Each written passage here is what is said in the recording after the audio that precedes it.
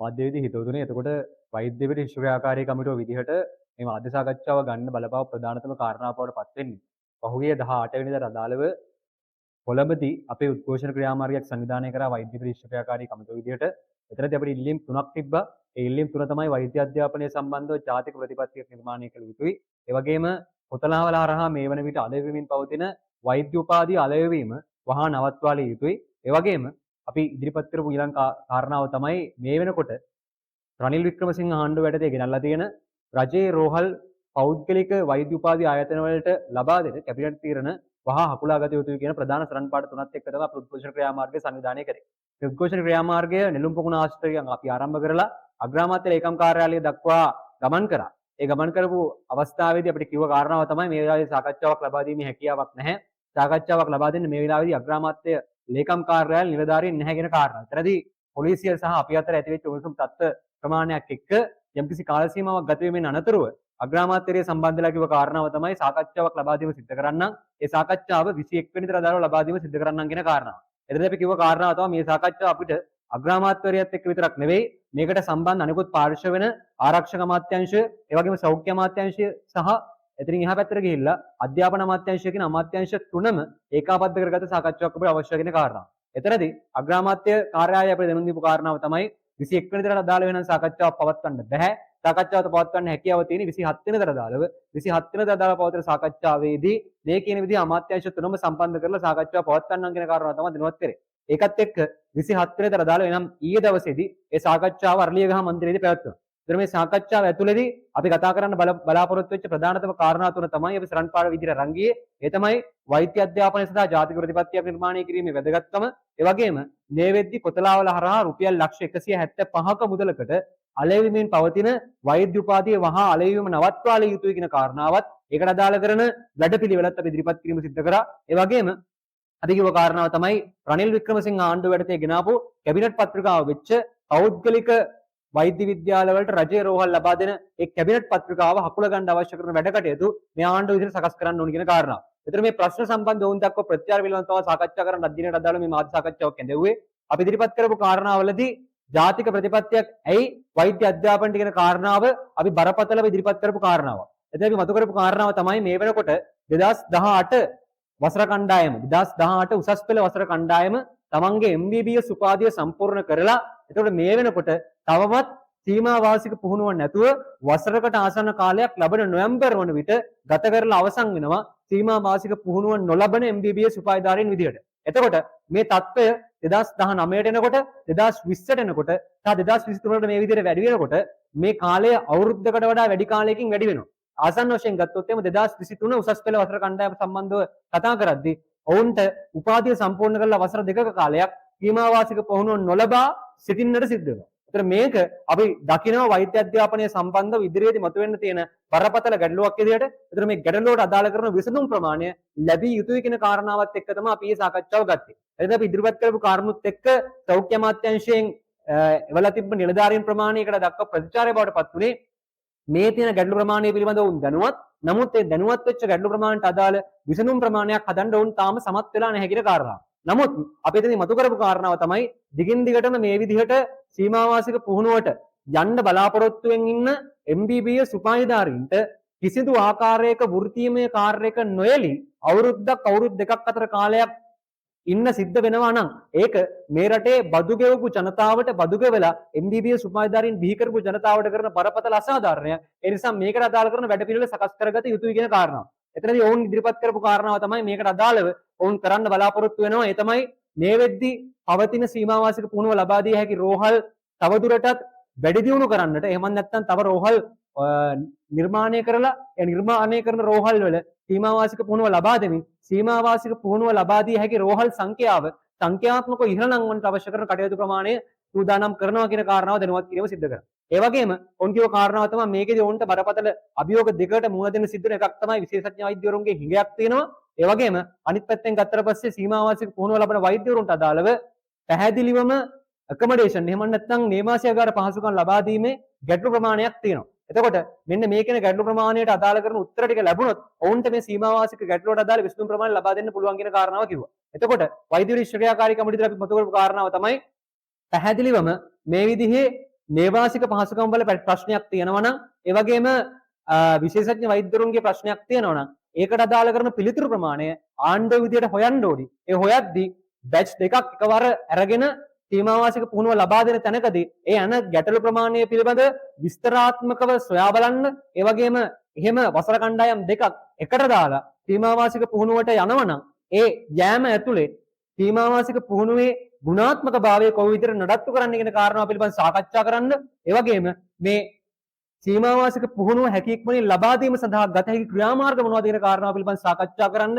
වෛද්‍ය අධ්‍යාපනය සම්බන්ධ විශේෂඥයන් කැඳවලා ඉවරලා විශේෂ කමිටුවක් කරහා මේකට අදාළ කරන විසඳුම් ප්‍රමාණය ලබා ගන්න කටයුතු කරන්න කියන යෝජනාව තමයි අපි වෛද්‍ය පරීක්ෂකයාකාරී කමිටුව විදිහට මතු කරමු ලැබුවේ. එතකොට ඒකට අදාළ සාධනීය පිළිතුරක් ලැබුණා. ඒ ලැබුණ පිළිතුර තමයි මේ වෙනකොට තියෙන මේ ගැටලු ප්‍රමාණයට අදාළ කරන විසඳුම් ප්‍රමාණය ලබා ගන්න වෛද්‍ය අධ්‍යාපනය සම්බන්ධ විශේෂඥයන් ඒකාබද්ධ කරපු කමිටුවක් කරහා මේකට අදාළ කරන පිළිතුරු ප්‍රමාණය ලබා දෙනවා කියන කාරණාව තමයි ඔවුන්ගේ වාචික දැනුම් දීම හරහා සිද්ධ කරේ. ඒ වගේම අපි ඉදිරිපත් කරපු අනිත් කාරණාව තමයි මේ සීමාවාසික පුහුණුව සම්බන්ධව, ඒ වගේම පශ්චාත් සීමාවාසික පුහුණුව සම්බන්ධව මේ විදිහේ ප්‍රශ්න ප්‍රමාණයක් උග්‍ර වෙමින් තියෙන වාතාවරණයක් ඇතුලේ තවදුරටත් ERPM නමින් හඳුන්වන එක්සෑම් එකක් කරහා එහෙම නැත්නම් එහෙම විභාගයක් කරහා විදේශීය උපාධිධාරීන් මෙරට තුළට නැවත වටයකින් ගෙන්නා ගන්න කටයුතු කරන්නේ ඇයි කියන ප්‍රශ්නය අපි ඉදිරියට මතු කරා. එතනදී මතු කරපු කාරණාව තමයි සාමාන්‍ය රටක ආර්ථිකය ගත්තත් ඒ ආර්ථිකය තුල නිෂ්පාදන අතිරික්තයක් තියෙනකොට ඒ නිෂ්පාදන අතිරික්තය වෙනුවෙන් විදේශ රටකින්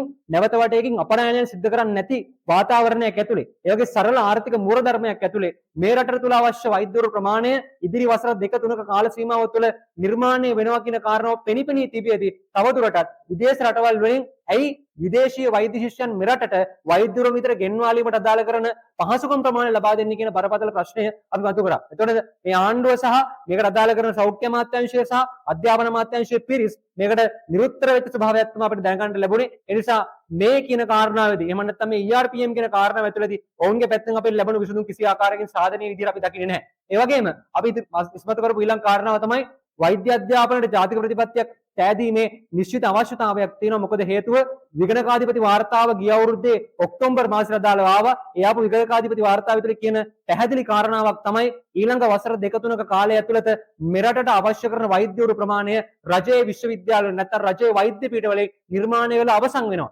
එතකොට එහෙම නිර්මාණය වී අවසන් වෙන පසුබිමක් තුල මෙරට තුල නිර්මාණය වෙන MBBS උපාධිධාරීන්ට තවදුරටත් මෙරට තුළ රැකියාව ලබා දීමේ අවස්ථාව නැති වී යාමේ අවදානමක් තියෙනවා. ඒ අවදානමට අනුකූලව ආණ්ඩුව කටයුතු කරන්න ඕනේ. එතකොට විදේශ රටවල් වලින් ඒ රැකියාව අවස්ථා හොයන්න, එහෙම නැත්නම් මෙරට තුළ තියෙන රැකියාව අවස්ථා පුළුල් කරන්න අවශ්‍ය කටයුතු ප්‍රමාණය ආණ්ඩුව විදිහට සකස් කරන්න ඕනේ.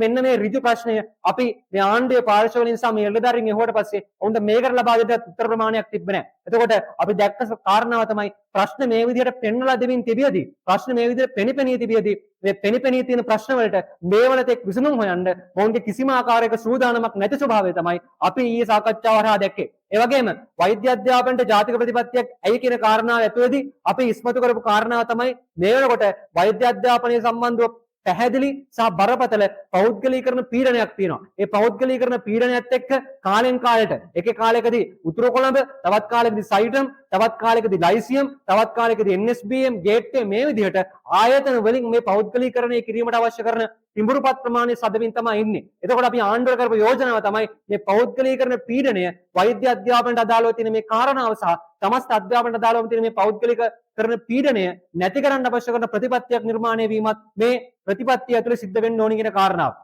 එතනදී අපි ඉල්ලීම් කරපු ප්‍රධානම දේ තමයි පහුගිය ආණ්ඩුව විදිහට, ඒ කියන්නේ රනිල් වික්‍රමසිංහ විදිහට ඉදිරිපත් කරපු කැබිනට් පත්‍රිකාව වහා හකුලාගත යුතුයි කියන කාරණාව. එතනදී ආණ්ඩුව විදිහට ලබා දීපු පිළිතුර තමයි ඒ කැබිනට් පත්‍රිකාව. කැබිනට් පත්‍රිකාව කියලා අදහස් කරන්නේ පෞද්ගලික වෛද්‍ය විද්‍යාල වලට රජයේ රෝහල් ලබා දෙන්න අවශ්‍ය කරන කැබිනට් පත්‍රිකාව අකුලා ගැනීමට මේ ආණ්ඩුව සූදානම් නැහැ කියන කාරණාව තමයි පැහැදිලිවම දැනුවත් කරේ.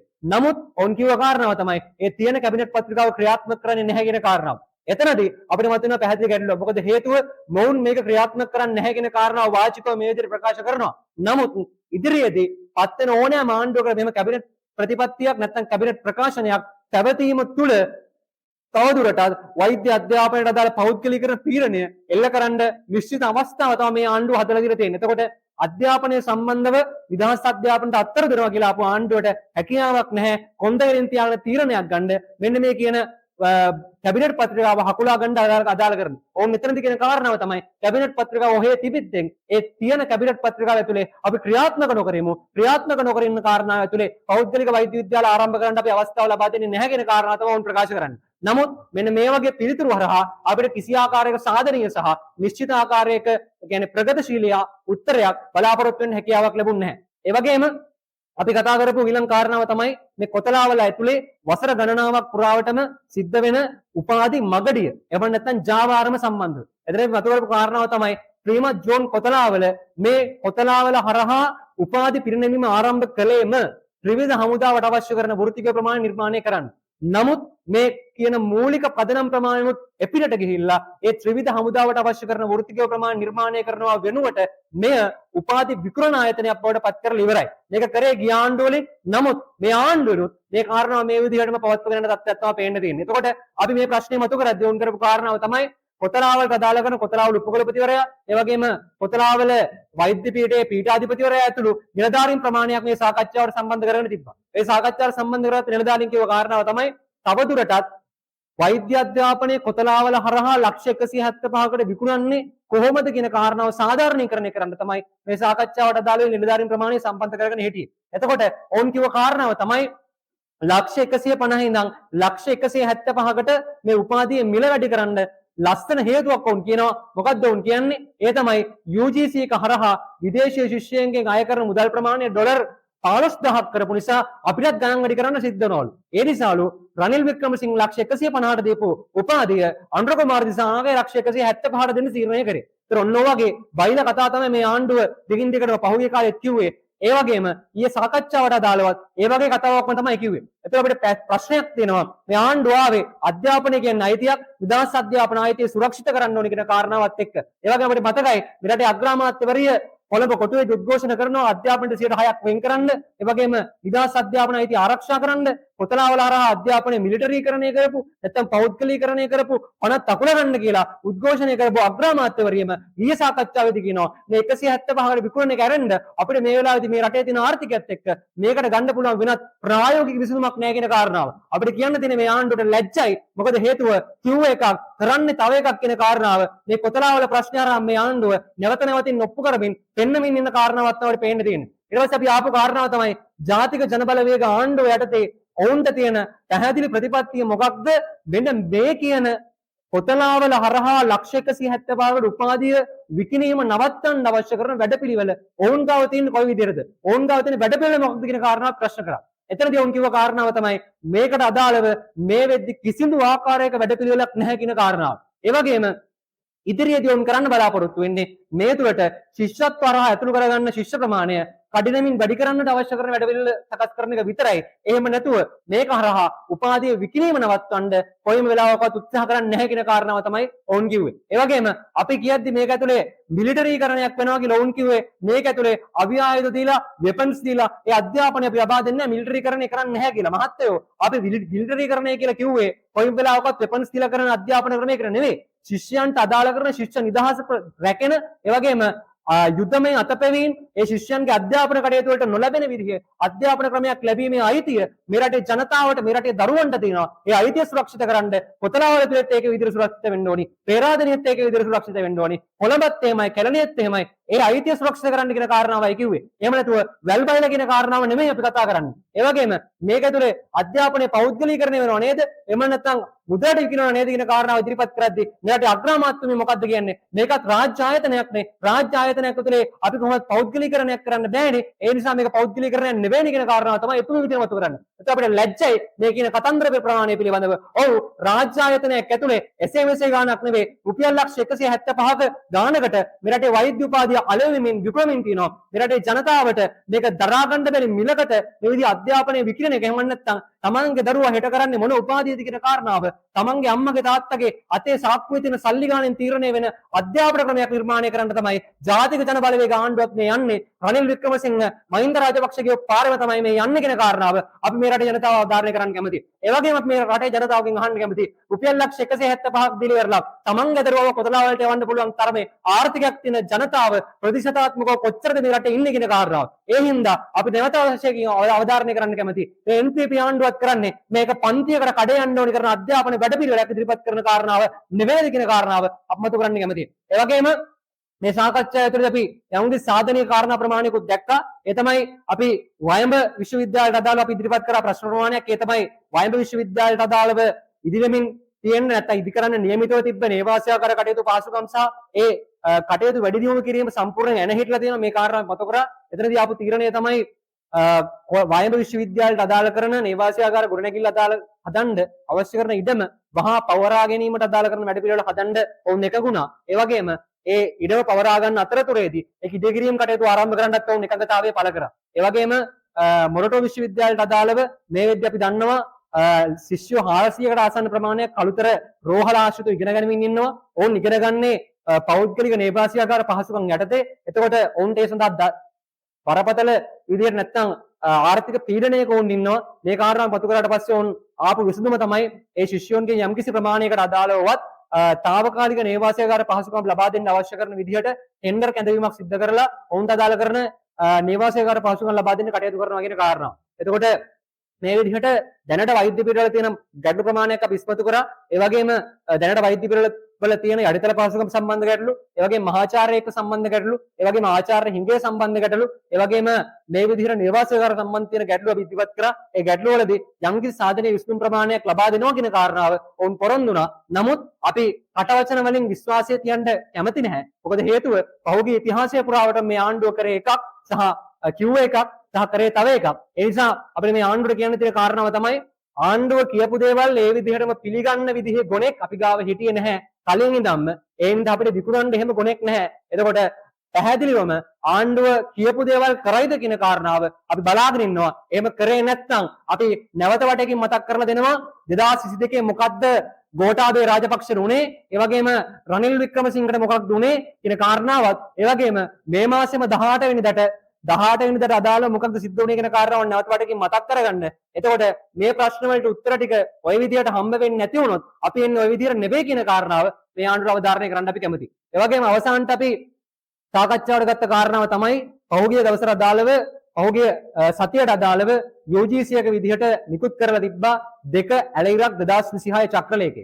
මේ චක්‍රලේඛය හරහා ඇති වෙලා තිබ්බ ගැටලුව තමයි විශ්වවිද්‍යාලවල ශිෂ්‍යයන්ගේ අධ්‍යයන කටයුතු වලින් එහා පැත්තට ගිහිල්ලා ශිෂ්‍යෝ කරන අනෙකුත් සියලුම කටයුතු නියාමනය කරන්න තමයි මේ කරන චක්‍රලේඛය ඉදිරිපත් කරලා තිබ්බේ. ඒතර මේ චක්‍රලේඛය හරහා මොකක්ද වෙන්නේ කියන කාරණාවත් අපි මේ සාකච්ඡාවේදී සාකච්ඡා කරා. මොකද හේතුව මේ සාකච්ඡාවට සම්බන්ධ වෙනවා UGC එකේ සභාපතිතුමා. එතකොට එතුමා කියන කාරණාව තමයි අපි ප්‍රශ්නය අහද්දී අපිට ප්‍රශ්නයක් තියෙනවා මෑතකදී UGC එකෙන් නිකුත් කරපු චක්‍රලේඛය සම්බන්ධව කියද්දී එතුමා කිව්ව කාරණාව තමයි මොන චක්‍රලේඛයේද අපි චක්‍රලේඛ ගොඩක් නිකුත් කරනවානේ කියලා. ඒතර අපිට කියන්න තියෙන්නේ අපි දන්නවා UGC එකේ සභාපති බබෙක් නෙමෙයි කියලා. අපි කතා කරන චක්‍රලේඛය මොකක්ද කියලා තේරෙන්න තරම්. එතකොට අපි කතා කරන චක්‍රලේඛය අවසානට නිකුත් කරපු 2026 ඇලයිරක් 2.26 දරන චක්‍රලේඛය. එතකොට මෙන්න මේ චක්‍රලේඛයේ තියෙන ප්‍රශ්නේ තමයි විශ්වවිද්‍යාලයක යම්කිසි ආකාරයක කටයුත්තක් සංවිධානය වෙනවා නම් ඒ කටයුත්තට අදාළ කරගෙන ඒ කටයුත්ත අධීක්ෂණය කරන්න පැහැදිලිවම ගත්තොත් පෙර පුහුණු වීම් වලදී කටයුත්ත යන අතරතුරදී මේ හැමතැනටම අදාළව විශ්වවිද්‍යාලයෙන් නිලධාරියෙක් යෙදවිය යුතුයි කියන කාරණාව ඉදිරිපත් කරලා තියෙනවා. එතකොට මේක ඇතුළේ වුන් කියන්නේ නවකවදේ නවත්වන්න තමයි මේ නීති ප්‍රමාණය ගෙනල්ලා තියෙන්නේ කියලා.